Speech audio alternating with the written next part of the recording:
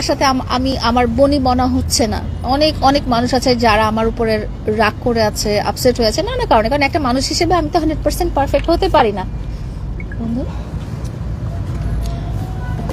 তো তার সাথে হাত মিলালেন, আমাকে ডিজিটাল ওয়েভের সাথে লিংক আপ করিয়ে দিয়েছে কিন্তু বিডি ইমরান। তো ও যদি অনুষ্ঠানে না থাকতো তাহলে তো অনুষ্ঠানটা সম্পূর্ণ হতো না। আসলে প্রত্যেকে এখন ডিজিটাল হয়ে গেছে, তো লায়লাও তো এখন ডিজিটাল হয়ে গেছে, তাই ওকে তো নর্মালি ভাবে চললে তো আর হবে না, তাই ওর ডিজিটাল সাইডটা অবলম্বন করেই তো চলতে হবে। না হলে আজকের লায়লা এখানে আসবে, এত মানুষের ভালোবাসা, যেখানে লায়লা যাবে সেখানে ক্রাউড হয়ে যাবে কেন? আর অনেকে কিছু আপনারা বলেন যে লায়লা টান দিলেই, লায়লার নাম নিলেই হয়ে আসে মামুন পিছনে। লায়লা একাই 100, এখানে মামুনের কোনো প্রয়োজন নাই। আচ্ছা আমি লায়লা তো মামুনের জন্য তো লায়লা পায় 3 ঘন্টাও দেরি করেছে, তাহলে আপনি কিভাবে বুঝলেন যে মামুনের প্রয়োজন নেই? কারণ হচ্ছে কি, যে ব্যক্তি ভালোবাসার মূল্য দিতে জানে না সেই ব্যক্তির তো কোনো প্রয়োজন নাই। বুঝতে পারছেন আশা করি আপনি আমার অ্যানসার। সেটা তো আমরা আপার কাছ থেকে শুনি নাই। শুনেন না, সেই তো লজ্জা বলতে পারে না। লজ্জা না, এটা আমি এমনিতেও কোনোদিন বলবো না, এমনিতেও কোনোদিন বলবো না।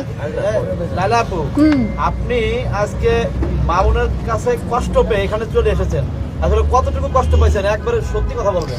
সত্যি কথা কি, আমি আশা করেছিলাম উনি হয়তো আসবেন, আশা ভঙ্গ হয়েছে। কষ্ট, ব্যক্তিগত কষ্টটা না হয় নাই বললাম। এরকম কতবার কষ্ট দিয়েছে মামুন আপনাকে? এরকম কষ্ট আসলে সবাই দেয়, আপনারাও দেন মাঝে মাঝে। আপনি আজকে আমাদের সবাইকে কষ্ট দিয়েছেন, যদিও আপনি আসছেন আমরা কিছু বলি নাই। আর একটা প্রশ্ন করি, ইদানিং দেখতেছি আপনি খুব রোমান্টিক মুডে ইমন নামে একটা ছেলের সাথে আপনি বিভিন্ন অঙ্গভঙ্গি দিয়ে বিভিন্নভাবে ভিডিও ছাড়তেছেন। আসলে লায়লার সাথে যদি আমি লায়লা আপু আপনাকে বলি, মামুনের সাথে যদি ইমনকে আমি পার্থক্য করতে বলি, তাহলে কাকে কত দিবেন?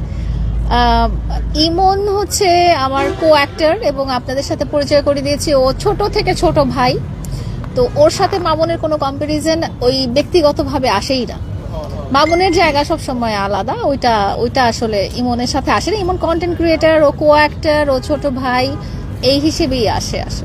দাদা অনেকেই বলতেছে ইমনের সাথে আপনি প্রেম করেন, বিভিন্ন ধরনের কথাবার্তা বলতেছে, বিভিন্ন জায়গায় যান, এখানে দেখেছেন নাকি কোথাও? জি আপু, দেখেছেন নাকি প্রেম? না সোশ্যাল প্ল্যাটফর্মে তো আপনারা ভিডিও আপলোড করেন। এরকম গুঞ্জন বিডি ইমরানকে নিয়েও হয়েছে যে বিডি ইমরানের সাথে আমার কোনো রিলেশন আছে কিনা। আমার সেলুন দিতে নাকি লায়লা 10 লক্ষ টাকা দিয়েছে, এরকম অনেক রকম। না এটা তো আসলে বিডি ইমরান নিজেই বলেছে আপনি তাকে 8 লক্ষ টাকার অফার দিয়েছেন। অফার একটা জিনিস, আর দিয়ে দেওয়া হচ্ছে আরেকটা জিনিস। কেউ যখন ঠেকে যায় তখন যদি আপনার কাছে থাকে তখন আপনি হয়তো এগিয়ে আসবেন আপনার পরিচিত মানুষ হিসেবে, যে ঠিক আছে ওকে আমি একটু সাপোর্টটা দেই। বাট যেটা হয়েছে যে ইমরানকে নিয়েও লোকজন বলেছে যে ইমরানের সাথে আমার রিলেশন, বাট এটা ভার্চুয়াল প্ল্যাটফর্ম। আসলে লায়লা আপু, একজন এত মানুষ থাকতে আপনি বিডি ইমরানকে 8 লক্ষ টাকার অফার দিয়েছেন, বিষয়টা আসলে অন্যরকম না? অফার না, যেটা হয়েছে যে বিডি ইমরান কিন্তু 8 লক্ষ না 7 লক্ষ। বিডি ইমরান কিন্তু ওর সাথে আমার চেয়ে মামুনের অনেক আগে থেকে সম্পর্ক, একদম ছোটবেলা থেকে, যখন ওরা দুজন একসাথে ভিডিও করতো এবং আপনারা দেখেছেন ওরা দুজন একসাথে বাংলাদেশকে রিপ্রেজেন্ট করেছে। এই ধরনের ভিডিও খুব ভাইরাল হয়েছিল লাল নীল চুলের কালার থেকে। তো ও মামুনের কাছের মানুষ হিসেবে আমারও কাছের মানুষ। তো শুধু ওই না, আমাদের যত কাছের মানুষ আছে তারা যখনই তাদের কোনো সাপোর্ট লাগে আমাকে জানিয়েছে বা মামুনকে জানিয়েছে। শুধু আমাকে না, যখন মামুনকে জানিয়েছে মামুনও করেছে। আর যদি আরেকটা বিষয় বলি লায়লা আপু, আপনার সাথে যাদেরই আমরা দেখি তারা যখন আপনার পাশে থাকে তখন আপনার গুণগান করে, যখন মামুনের পাশে থাকে মামুনের গুণগান করে, এই বিষয়টি আপনি কিভাবে দেখেন? এটা ওরা না আমাদেরকে আলাদা করে আসলে দেখে অভ্যস্ত না, ওরা ইউজ টু না। তো ওরা বুঝতে পারে না যে দুইজনকেই তো আমরা ভালোবাসি।